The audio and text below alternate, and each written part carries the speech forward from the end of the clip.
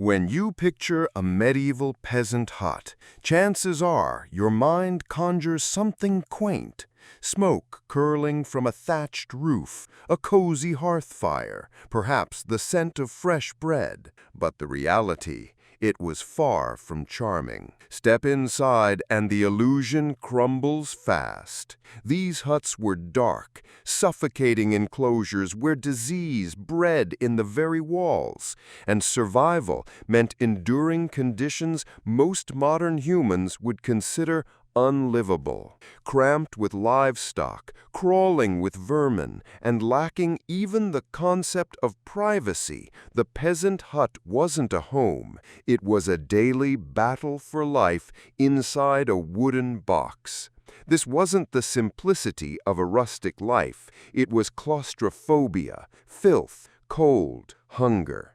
And it was normal. What you're about to see isn't the fantasy fed to you by fairy tales. It's a descent into the psychological and physical hell that millions once called shelter. And by the end, you'll wonder how they survived at all. The moment the door creaked shut behind you, the outside world vanished. No fresh air, no open sky. Just blackness and the sharp, sour stench of sweat, smoke, rot, and manure hitting you like a wall. There were no windows in a peasant hut, maybe a single hole under the eaves, barely wide enough for a crow to crawl through, but certainly not enough to bring in light or air. And forget chimneys. Smoke from the hearth simply pooled near the ceiling, slowly descending into your lung. Inside, the hut was one room, one space for everything. Sleeping, cooking, birthing, dying, all within arm's reach. The walls, made of wattle and daub, oozed with moisture in winter and cracked in summer. The floor was dirt, sometimes mixed with straw and animal dung to reduce dust. Chickens scratched in the corners. A pig might sleep beside the fire. And the family? 6, 8, 10 people crammed into a space smaller than your living room, all breathing the same foul air. There was no privacy. Not for dressing, relieving yourself, or grieving a lost child. Husbands and wives had no space to be alone. Children were born within earshot of death rattles. Bodies grew old in front of young eyes. Everything was shared, seen, smelled. The heat in summer was unbearable, and in winter the cold crept through every crack. Blankets were rare. You huddled together for warmth, bodies piled like firewood. And the smell? God, the smell! A stew of unwashed skin, old food, mildew, and the waste of animals and humans alike. Chamber pots were often just bowls emptied whenever someone remembered. Ventilation was a fantasy. Fires smoldered endlessly, the air thick with wood smoke that never quite left, settling into clothes, hair, and lungs. Coughing was constant, eyes watered, babies wheezed in the dark. You didn't live in a peasant hut, you endured it. And yet, for millions, this was all they ever knew. This was normal. Shelter meant survival, but it came at a cost few today could fathom. Modern discomforts, crowded apartments, poor plumbing, don't come close. Once you were inside a peasant hut, you weren't just enclosed. You were trapped in a small, dark world designed not for comfort, but for barely getting by. The dirt beneath, no floor, no safety. Beneath your feet wasn't wood, tile, or even stone. It was dirt, plain, compacted earth, the same soil where crops grew and animals defecated. In a medieval peasant hut, there was no such thing as flooring. Just the cold, damp ground, trampled by bare feet and hooves alike, worn smooth by generations of human suffering. And what lay beneath wasn't just mud, it was danger in its most invisible form. The ground teemed with life, and not the kind you'd want. Fleas, lice, ticks, and intestinal parasites lived in the earth and climbed into your bedding at night. Children sleeping directly on straw mats or thin animal skins inhaled spores, swallowed eggs, and woke up scratching. Rats tunneled under the walls and emerged at dusk, sniffing for crumbs or newborn. They carried fleas, and those fleas carried plague. One bite could begin a family's slow, brutal end. Rain turned the floor into sludge. In summer, it cracked and blew dust. There was no seal against the elements, no insulation to keep in warmth or keep out vermin. Firewood was often damp because it sat on the same floor. Meat spoiled faster. Clothes mildewed where they touched the ground. Insects nested inside shoes. Compare that to modern homes, where children crawl across sanitized carpets and air purifiers hum in the corners. Today we bleach, vacuum, and steam clean. We layer wood, tile, and insulation to keep us safe and warm. Entire industries exist to protect us from what medieval peasants lived with daily.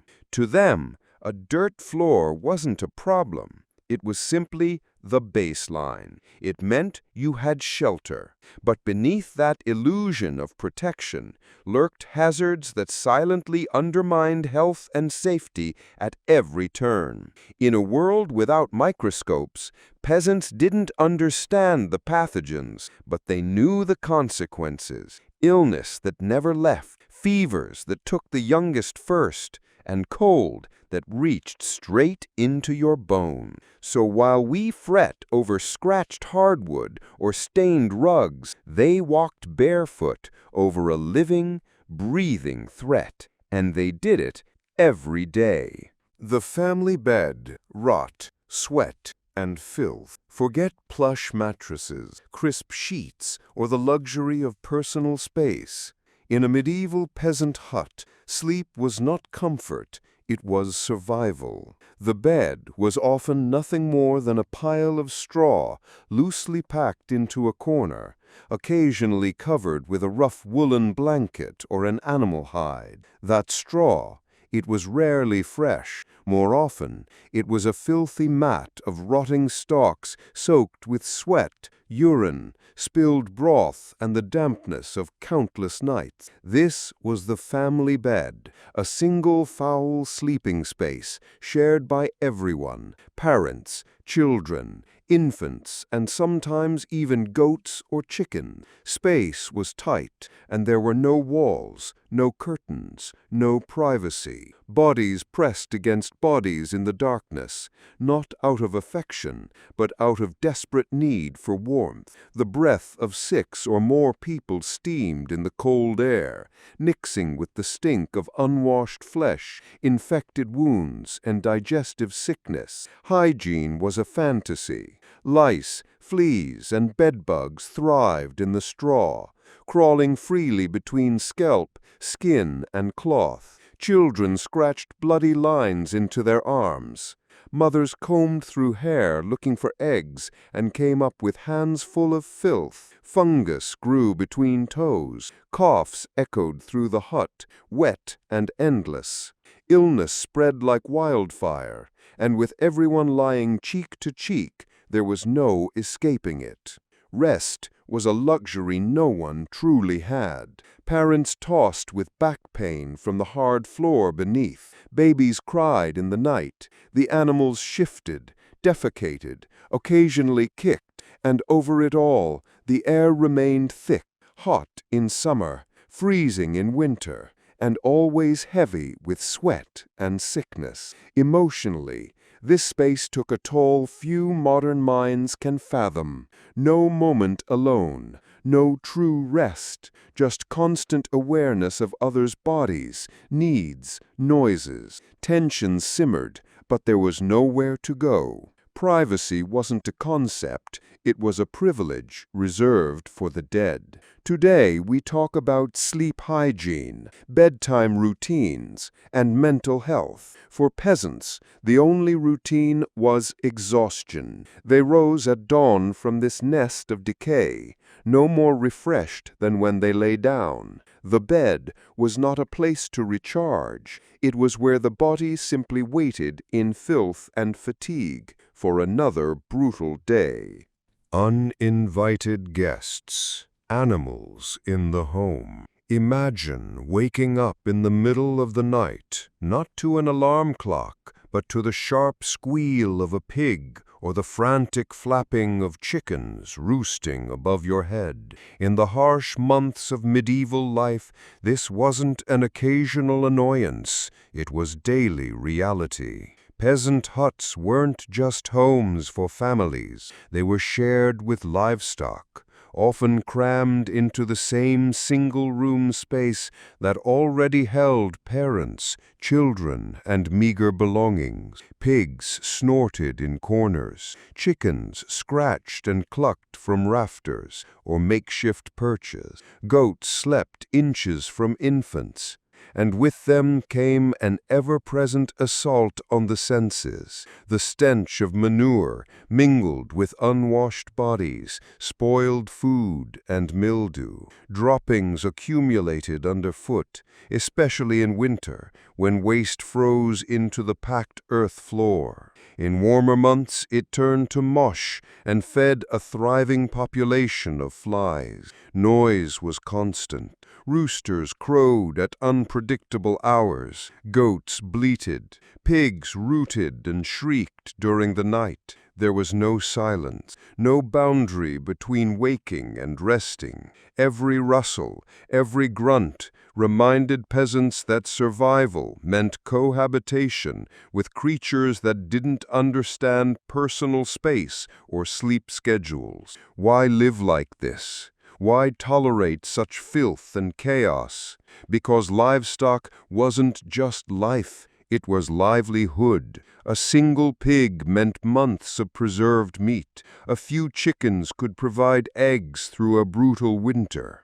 A goat offered milk for children who otherwise might not survive. To leave them outside risked everything. Predators could strike. Cold could kill. Theft was a real threat. Bringing animals indoors wasn't a choice. It was an economic calculation rooted in necessity. Families sacrificed hygiene, comfort, and dignity to protect the little they had. A dead animal meant hunger.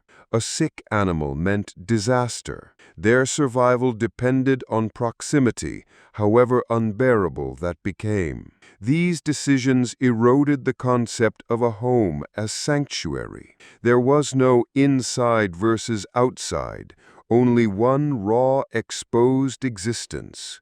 In the tight darkness of a peasant hut, humans and animals were equals in discomfort, struggling together under a thatch roof, barely holding out the cold. To modern minds, the idea seems unthinkable, but in the logic of medieval poverty, it was pure pragmatism. The animals were uninvited guests only by our standards. To peasants, they were lifelines, brought close not out of affection, but out of absolute, brutal necessity. Smoke without fireplaces, breathing death. There's a fire burning in the center of the hut, not in a fireplace, but right on the dirt floor. No chimney, no flue, no exit for the smoke, except a small hole in the thatch roof. The air inside is thick, gray, and burning. Your eyes water instantly. Your throat tightens. You cough again and again, but there's nowhere to go. This is not an accident. This is how peasants lived every day. Medieval huts lacked chimneys. The smoke from cooking fires would rise and slowly drift out through the roof or cracks in the walls, if it could. Until then, it hung in the air, choking everything. Infants were cradled beside smoldering logs, their lungs filled with toxins before they could even speak. Women, often the ones tending the fire, suffered the most. Inflamed eyes, persistent coughing, shortened breath. The slow suffocation was as normal as mealtime. There was no escape. In winter, sealing the hut for warmth meant sealing in the smoke. Breathing indoors was like living in a bonfire. Ash coated every surface. Soot clung to the thatch, darkening it over time until it sagged with weight. The ceiling was a low-hanging death trap of accumulated poison, and still, the fire was essential. It provided heat, cooked food, dried clothes, and offered faint light in the long dark. The health consequences were catastrophic. Chronic respiratory illness plagued families. Eyesight deteriorated young. Babies died from smoke inhalation before they reached their first birthday. Many children never developed full lung capacity, but the connection between smoke and sickness wasn't fully understood, only endured. Now contrast that with our world. HEPA filters, exhaust fans, strict indoor air quality standards. In many countries, indoor smoking is banned entirely. We design homes for clean breathing, equip kitchens with advanced ventilation systems, and install smart sensors to detect even trace pollutants. We panic at wildfire smoke entering our sealed apartments for a few hours. For peasants, that was every day for life. The absence of a chimney was more than an architectural flaw. It was a silent executioner, shortening lives one breath at a time. What we treat as a basic right, clean air, was an impossible dream in the medieval hut. To step into one today would not only be a sensory assault, but a sobering reminder. Survival once meant breathing death just to cook a meal. Food that fights you, hunger and poison. In the corner of the hut, there's a crust of bread, hard, dark, and green with mold. It's not an accident.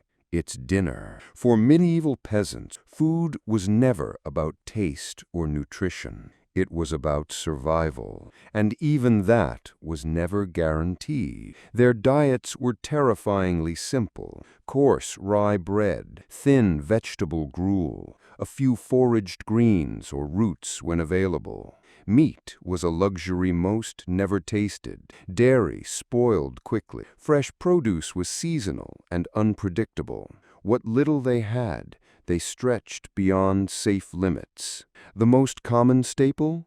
Rye. But rye came with a hidden curse: ergot, a toxic fungus that grew easily on stored grain, especially in damp, poorly ventilated huts.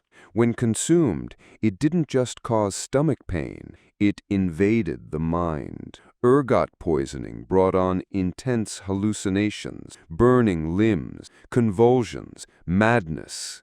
Some called it St. Anthony's fire.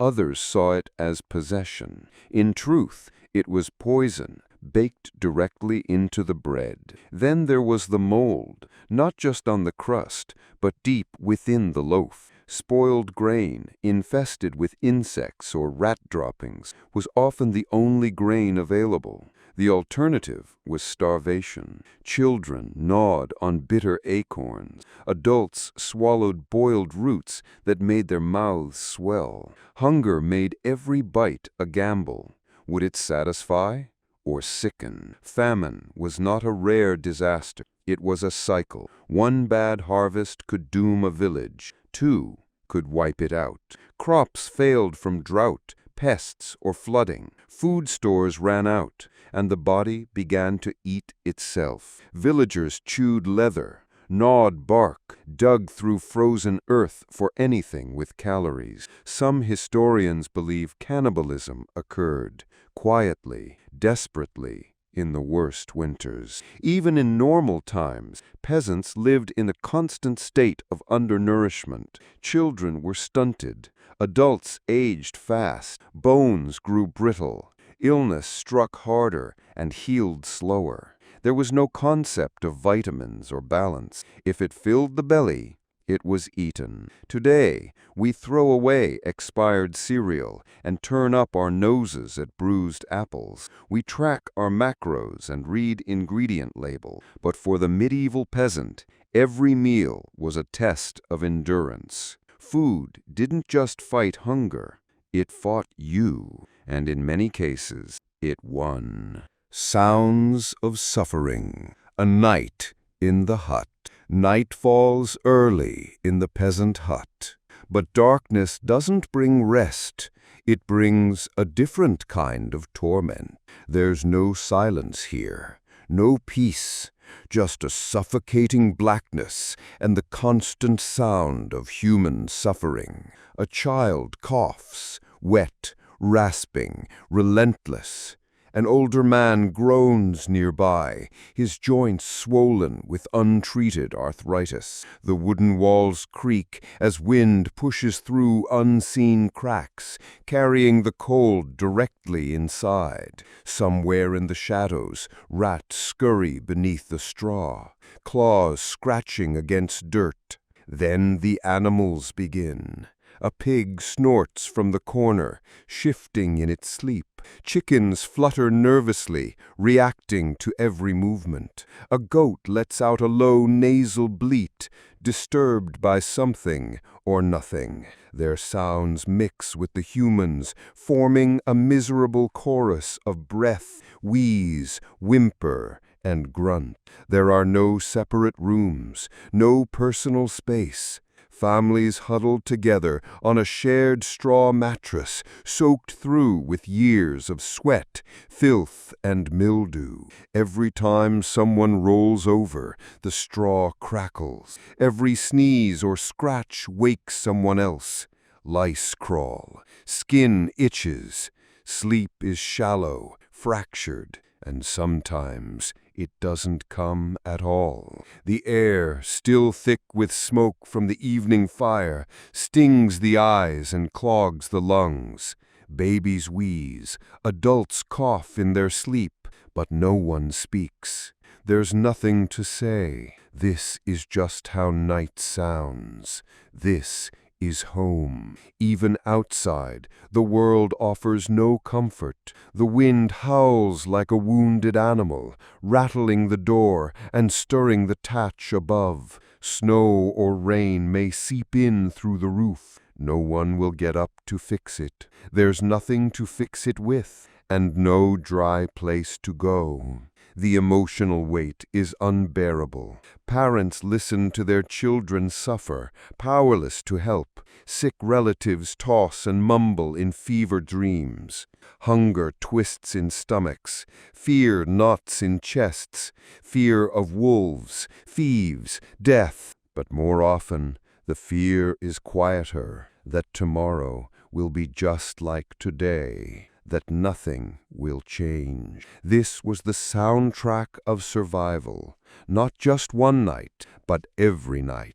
When we picture home, we imagine warmth, comfort, safety. But inside a medieval peasant hut, nightfall meant endurance. Every sound a reminder that the only thing more terrifying than the darkness was living through it. Psychological cost, trapped in misery. The physical conditions of the peasant hut were unbearable, but the psychological toll ran even deeper. This wasn't just a life of discomfort, it was a life soaked in fear, grief, and mental exhaustion. Imagine waking up every day knowing you would never leave. The hut wasn't just your home, it was your entire world. The same 4 mud-caked walls, the same stifling smells, the same scratch of straw against your skin. No privacy, no escape. Children were born here, lived here, and often died here before ever seeing anything else. Death was constant. A cough could mean the beginning of a slow, wheezing decline. Mothers buried infants before they could walk. Fathers collapsed in fields, their bodies worn out by 30. There was no therapy, no understanding of mental health, only religious fear. Every illness, every misfortune was seen as punishment for sin or proof of divine wrath. Guilt was bred into daily life, and superstition shaped how people explained the unexplainable. In such close quarters, personal space was a luxury no one had. Arguments flared, resentments brewed. Children grew up watching their parents suffer and then stepped directly into their roles, carrying the same burdens. Hope didn't fade. It never existed. The idea that life could be better was a fantasy told by traveling clergy or whispered in folk tales. Most peasants couldn't even imagine peace, and yet they endured. This is the twist, the part we rarely acknowledge. Somehow, through all this, they kept going. They sang, they prayed, they told stories beside the fire, even as smoke choked their lungs. They clung to scraps of joy, the smell of baking bread on feast days, the sound of a newborn's laugh, the brief warmth of sun on skin during harvest. That endurance, that ability to survive in a world designed to break them, is perhaps the most haunting part of all. Because while the suffering was unimaginable, the strength was undeniable. Inside these huts, trauma passed down like heirlooms, but so did resilience. And in a world with no exit, that quiet, stubborn will to continue may have been the only freedom peasants ever knew. We began with a myth, the cozy image of a quaint peasant hut, flickering firelight, and simple, honest living. But now that you've stepped inside, seen what truly happened behind those crumbling walls, that illusion should be gone. Peasant huts weren't primitive because people didn't know better. They were brutal because people had no choice. Every element, the dirt floors, the choking smoke, the animals inside, the rotting straw beds, wasn't a design flaw. It was survival, stripped to its cruelest core. These weren't homes built for comfort. They were shelters against death, and even then, they often failed. What we call rustic charm was in truth unrelenting hardship.